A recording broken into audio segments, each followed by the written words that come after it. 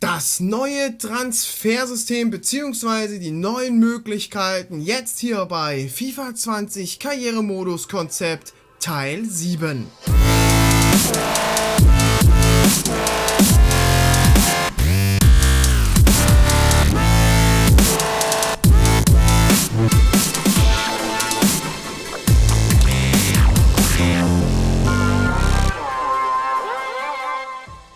Und damit ein herzlich willkommen, liebe Freunde, zu einem weiteren Teil 7 nämlich, heute beim Karrieremodus-Konzept. Wir wollen hier nicht die Wörter runterschlucken zu FIFA 20. Ja, im letzten Video habe ich am Ende im Infocast noch gesagt, heute geht es um Infrastruktur, habe aber bei der Aufnahme dann gemerkt, hoppala, ich habe doch ein bisschen mehr zu erzählen, als ich dachte. Deshalb gibt es heute doch erstmal nur die Transfersabteilung, die auch ganz spannend ist.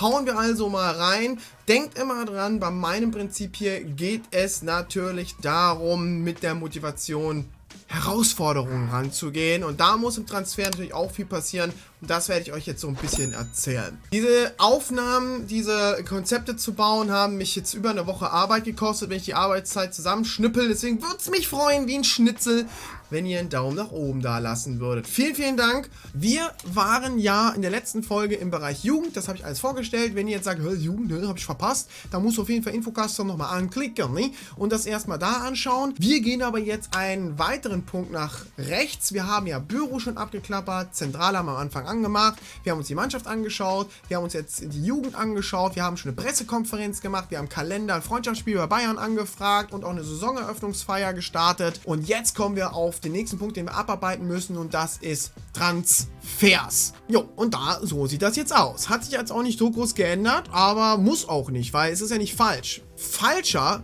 kann man das überhaupt sagen? Gibt es das Wort falscher? Egal, falsch, was auf jeden Fall in FIFA ist diese Einfachheit im Transferbereich, ja? Zum Beispiel, wenn du ein bisschen Kohle cheatest oder genug Kohle hast oder alle Spieler verkaufst und hast ein hohes Gehalt, dann kriegst du mit hoher Wahrscheinlichkeit Messi zu deinem Team, auch zu Kaiserslautern, vielleicht jetzt nicht unbedingt, wenn sie dritte Liga sind, aber wenn sie jetzt in die erste Liga aufsteigen und so weiter, musst du ihm einfach nur Gehalt anbieten, wenn er natürlich vertragslos drauf ist. Es ist einfach zu einfach. Es ist einfach zu einfach. Das muss unbedingt noch ein bisschen verbessert werden, und schon haben wir eigentlich da auch eine coole Herausforderung. Aus diesem Grund habe ich mich auch entschieden, jetzt nicht da so viele Neuheiten einzubauen. Wir sehen also, wir haben hier wieder Spielersuche und so weiter. Dann haben wir Transferzentrale. Transferzentrale hatte ich schon bei einer der ersten Folgen in puncto Zentrale selbst auch angesprochen. Ich erwähne das aber jetzt nochmal ganz, ganz kurz. Und zwar, ich finde, dass diese Zentrale nicht so schlecht ist. Teamzentrale und Transferzentrale haben gute Ansätze. Ich finde nur, bei Transferzentrale ist es echt nervig,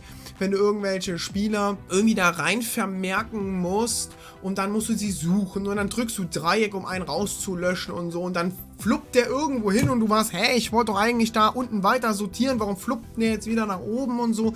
Ist alles so ein bisschen verwirrend, ja, alles so ein bisschen 0 nach 15 hingeklatscht. Da müsste man so ein bisschen noch die Möglichkeit sein, einen Filter reinzupacken, dass man ein bisschen filtern kann, oder vielleicht sagt man oben irgendwie, dass man da hat Defensive, TW, Defensive, Mittelfeld, Angriff, dass man das so ein bisschen da sortieren kann und so weiter. Also da fehlen nur so ein paar Sachen. Natürlich Kaufoptionen bei Leihe fehlen, ein paar mehr Details bei Verhandlungen wären noch ein bisschen lecker. Ansonsten finde ich jetzt Transferzentrale gar nicht mal so falsch, sage ich euch ganz ehrlich. Ja, und ich habe auch überlegt, ob ich das hier Scouting umbenennen sollte, aber seit Jahren heißt das globales Transfernetzwerk, deswegen habe ich ja gesagt, komm, lass mal den Namen mal so drin. Dann haben wir hier die Transfer News, das habe ich umgeschrieben, das heißt ja so ein bisschen anders da teilweise, weil ihr seht auch neuesten Wechsel, Gerüchte und aktuelle Verhandlungen im Überblick. Wenn wir also da draufklicken, ich muss zugeben, da habe ich kein Design vorbereitet, aber wenn wir da draufklicken, gibt es dann 3 Tabs. Einmal gibt es die neuesten Wechsel im Überblick, dann gibt es die Gerüchte und die aktuellen Verhandlungen, die wir uns anschauen können. Ja, also die zumindest öffentlich sind. Weil ich finde, ganz ehrlich, dieser Transferüberblick, so heißt der aktuell in FIFA 19, ist einfach lächerlich. Da sind teilweise Wechsel nicht mal drin, die du gerade noch in den News gelesen hast und weißt, hä, ich möchte gerne alle Transfere mir anschauen können, und am besten noch mit einem Filter, wo ich sage, ich möchte nur Serie A sehen, ich möchte nur La Liga sehen, ich möchte nur Premier League sehen, nur Bundesliga sehen und so weiter, und das sollte es bei Transfer News geben. Man kann unter Transfer News auch noch was anderes Geiles angucken, nämlich Trainerkarussell. Ich möchte ja, dass in meinem Karrieremodus-Konzept die Trainer eine eigene Charakteristik haben und das Einfluss auf das Team hat und dann, wenn es nicht gut läuft, auch mal gefeuert wird. Also das Beispiel, Dortmund plötzlich verkackt, gesagt, Favre wird gefeuert, Jürgen Klopp wurde bei Liverpool gefeuert, plötzlich kann es passieren, dass Jürgen Klopp wieder zurück zu Dortmund kommt und man sieht ihn dann auch wieder richtig auf dem Platz, wenn man gegen Dortmund spielt, ist Jürgen Klopp plötzlich und tobt da wieder wie bekloppt rum und so weiter. Und diese Trainerkarussells, die kann man sich unter Transfer-News auch reinschnuppern und vielleicht kann man da auch dann rausfinden, ob man vielleicht sogar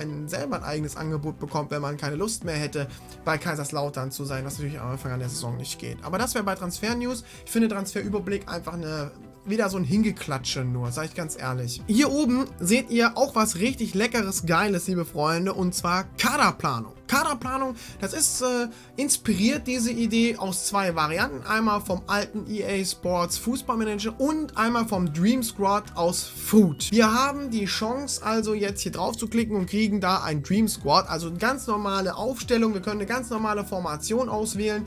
In diesem Kader sind alle Spieler drin, wo das System bzw. der Verein weiß, die sind nächstes Jahr noch da laut Vertrag. Es sind auch Leihspieler, die aktuell verliehen sind, mit einer anderen Farbe mit drin, die dann in der nächsten Saison kommen. Und ich kann auch hier Favoriten mit reinpacken. Das heißt, ich beobachte aktuell La Soga, sein Vertrag läuft aus und ich möchte ihn gerne ablösefrei holen. Oder vielleicht hier, sein Vertrag läuft definitiv aus, beziehungsweise der ist schon so gut wie ausgelaufen. Ja, der liebe Fink zum Beispiel ist jetzt fast schon so gut wie ablösefrei zu bekommen. Oder ich möchte Harrison aus der eigenen Jugend gerne drin haben. Habe ich alle mal als Favorit gepackt. Jetzt sagst du, hey Favorit, wie machst du das denn? Das erkläre ich mal ganz kurz. Ich gehe mal kurz einen Schritt weiter. Ich finde das einfach absolut zum Kotzen im Karrieremodus, dass du, wenn du die Spiele anklickst, nur noch zwei Möglichkeiten hast, zu beobachten oder in die Transferzentrale vermerken. Und ich finde das zum Kotzen. Du guckst bei Spielersuche nach einem Spieler, dann kannst du da nur diese zwei Dinge anklicken. Dann musst du erstmal Transferzentrale anklicken, dann musst du da wieder raus, da wieder raus. Dann musst du zur Transferzentrale, dann musst du da rein, dann musst du ihn da wieder suchen. Da musst du da anklicken, um irgendwie eine Anfrage zu machen. Finde ich absolut zum Kotzen. Ich finde Transferzentrale immer noch eine geile Sache und ich will auch, dass das Vermerken unbedingt drin bleibt, aber ich will nicht, dass das die einzige Variante des Weges ist. Wisst ihr, was ich meine? Und wenn wir jetzt nochmal zu dem Punkt zurückgehen, ja, wir haben hier Kaderplanung und deine Favoriten, ne? Und jetzt sehen wir können jetzt hier auch zu Favorit hinzufügen. Das heißt also, unter der Transferzentrale gibt es nochmal eine Spezialabteilung, wo wir unsere Favoriten abrufen können, wo wir sogar unsere eigenen Jugendspieler mit reinpacken können, die noch nicht in einem Profikader sind, sondern in der U23 und können mit diesen Favoriten eben rein theoretisch dann eine Kaderplanung zusammenstellen. Wir können also in der Kaderplanung die direkt auch anklicken, diese Bereiche hier, also dass man sofort da Verhandlungen starten kann und gucken kann, läuft das nicht und so weiter. Man kann also gucken, wie das Ganze funktioniert, ne? Also, dass man es ist einfach nur eine kleine Spielerei, dass man sich so ein bisschen zukunftsorientierte Gedanken machen kann mit einem besseren Überblick, welche Spieler gehen, welche Spieler kommen und wie könnte der Kader rein theoretisch aussehen kommendem Jahr. Nicht das aktuelle, das geht nicht, auch nicht Winterpause und so, sondern Saison 2, ja? Saison 19/2020. Wenn wir aber schon mal hier bei diesem Punkt hier sind, möchte ich ganz kurz nochmal sagen, man kann also jetzt hier zu Favoriten hinzufügen, man kann aber auch was anderes Geiles machen und zwar zum Probetraining anfragen. Wenn die das Go dafür geben und es ist noch nicht vor einem Pflichtspiel oder so und du hast ein Freundschaftsspiel beantragt, dann darfst du ihn für das Freundschaftsspiel auch einsetzen. Das ist eine kleine Spielerei, die ich einfach cool finde, wenn du sagst, ich kann mir den gar nicht leisten, ich frage mal Probetraining an. In den absolut meisten Fällen, wenn du nicht gerade jetzt Lewandowski oder Messi anfragst, sagen die meisten Spieler, ja, ich bin mal kurz für 5 Tage bei euch oder so. Und wenn du dann da ein Freundschaftsspiel spielst, dann darfst du ihn beim Freundschaftsspiel auch einsetzen und kannst dann einfach mal ein bisschen flexibel, ein bisschen Spaß haben in den Freundschaftsspielen. Also eine kleine Spielerei und öffentliche Interesse bekunden. Ihr habt es ja in meinen letzten Teilen gesehen, wir haben eine richtig geile Pressekonferenz jetzt am Start und eine Medienabteilung, eine Medienbeliebtheitsskala. Öffentliche Interesse bekunden, könnte passieren, dass vielleicht sogar die Medien mal gerne ein Interview mit dir führen wollen oder es einfach in den Medien auch dann aufploppt und das wiederum könnte positive oder negative Auswirkungen auf deine Fanbeliebtheit haben. Zum Beispiel wird intern natürlich im Editor in der Datenbank registriert, dass unser Erzrivale Mainz und besonders KSC am Start sind. Das heißt, wenn ich zum Beispiel Fink jetzt hier in der Öffentlichkeit bekunde oder sogar anfange, ihn zu fragen, kann das in der Öffentlichkeit rankommen oder ist vielleicht wegen dem Bekunden der Öffentlichkeit hier, Interesse bekunden, dann in der Öffentlichkeit und es könnte sofort bei der Fanbeliebtheit Beliebtheit hier Jobsicherheit sinken, weil die sagen, Moment mal, du willst da einen Spieler kaufen vom KSC, bist du bekloppt. Selbe Prinzip wie bei vielleicht Dortmund und Bayern oder in dem Fall Dortmund und Schalke, wäre vielleicht noch ein besseres Beispiel, ne? So in den Geschichten einfach, ja. Ich kann ja auch sagen, 8-2 München und Bayern wäre vielleicht ein besseres Beispiel gewesen, aber ihr wisst schon, auf was ich hinaus will. Das muss man also jetzt auch gute Entscheidungen treffen. Wenn man das natürlich macht, öffentliche Interesse bekunden, soll der Effekt eigentlich sein, dass der Spieler merkt, der will mich wirklich gerne haben und somit kriegst du ihn vielleicht besser überzeugt. Mit der Gefahr aber, dass vielleicht andere in der Öffentlichkeit sagen, Moment mal, das geht gar nicht. Oder ja, oder andere Vereine sagen, oh, warte mal, Kaiserslautern will Mamba holen, ey, da müssen wir jetzt aber auch zugreifen. So, ne? Das sind halt die Gefahren, die Pro und Kontras. Und natürlich das, was ich die ganze Zeit schon erwähnt habe, im Punkt, mich nervt das so ein bisschen, dass man immer in Transferzentrale vermerken und dann gehe ich 1000-mal Kreis raus und dann muss ich wieder dahin und muss ihn da suchen. Deswegen sollte es hier auf jeden Fall wieder die Chance geben, Anfragen zu erstellen. Wenn man das anklickt, bin ich mir nicht sicher, ob wir sagen, einfach nur eine Anfrage und warten auf eine E-Mail oder ob dann hier aufploppt Leihangebot, Kaufangebot oder Vertragsangebot.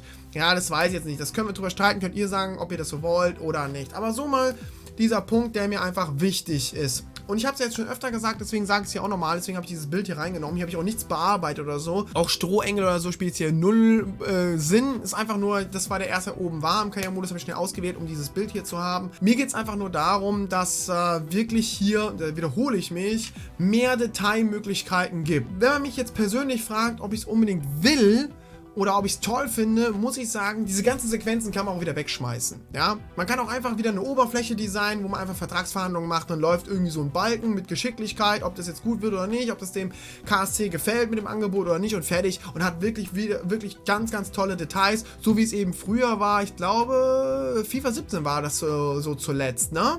Und dann kamen die Sequenzen von The Journey mit rein, FIFA 18, FIFA 19, ne? So war es, glaube ich. Das wäre so meine private Meinung. Wenn wir aber jetzt hier dieses Konzept, diese Serie weiterschauen, liebe Freunde, dann werdet ihr merken, habe ich eine kleine Idee kreiert, die meiner Meinung nach auch sogar, glaube ich, umsetzbar wäre. Ist halt, braucht man ein paar 3D-Artisten, muss ein bisschen Arbeit leisten. Ja, man kann sich halt mal nicht auf den FIFA-Points ausruhen, man muss halt auch mal was tun, liebes EA. Habe ich noch eine tolle Idee, wo ich sage, wenn diese Idee kommen könnte, dann dürfen die Sequenzen auch sehr gerne bleiben. Wenn dann aber bitte mit Kameraführungen und Körperbewegungen, die sich auch mal verändern. Also dann sagt, dass man wirklich mal so 10, 15 verschiedene Varianten reinprogrammiert, dass es nicht immer so eintönig, so mono ist. Das ist unglaublich. Man darf einfach als Programmierer nicht denken, oh, das ist geil, das sieht geil aus, sondern man muss denken wie ein Zocker.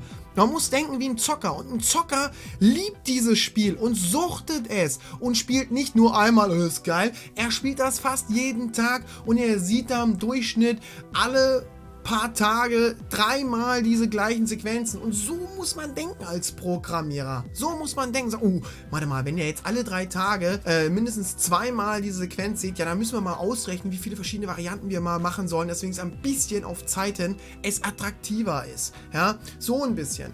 Das war Teil 7, liebe Freunde. Hier könnt ihr jetzt Teil 8 anklicken. Jetzt kommt endlich dann das Thema, was ich eigentlich schon in dieser Folge angehen wollte. Ausschlaggebende Infrastruktur. Das wird ein sauspannendes Thema, bin ich mir sicher, dass ihr es halten werdet. Also anklicken, Spaß haben und dieses Video auch ein Däumchen nach oben da lassen. Dankeschön, bis dahin, euer Diko.